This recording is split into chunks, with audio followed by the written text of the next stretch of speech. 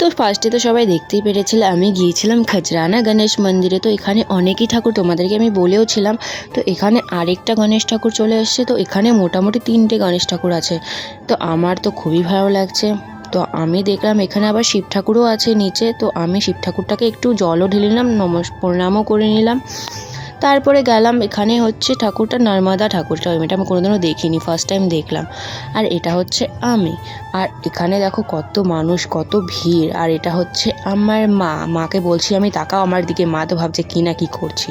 তো মা ফার্স্টে ভাবছিল আমি ফটো তুলছি, ঠিক আছে, তো সবাই ভাবছে আমি ফটোই তুলছি। তো এখানে আরেকটা গণেশ ঠাকুর, সরি গণেশ ঠাকুর এখানে 3টে না 4টে আছে। আর এটা কি ঠাকুর কে কে জানো অবশ্যই আমাকে কমেন্ট করে জানাবে। আর এখানে আছে শিব ঠাকুর, ছোটো মোটো একটা শিব ঠাকুর।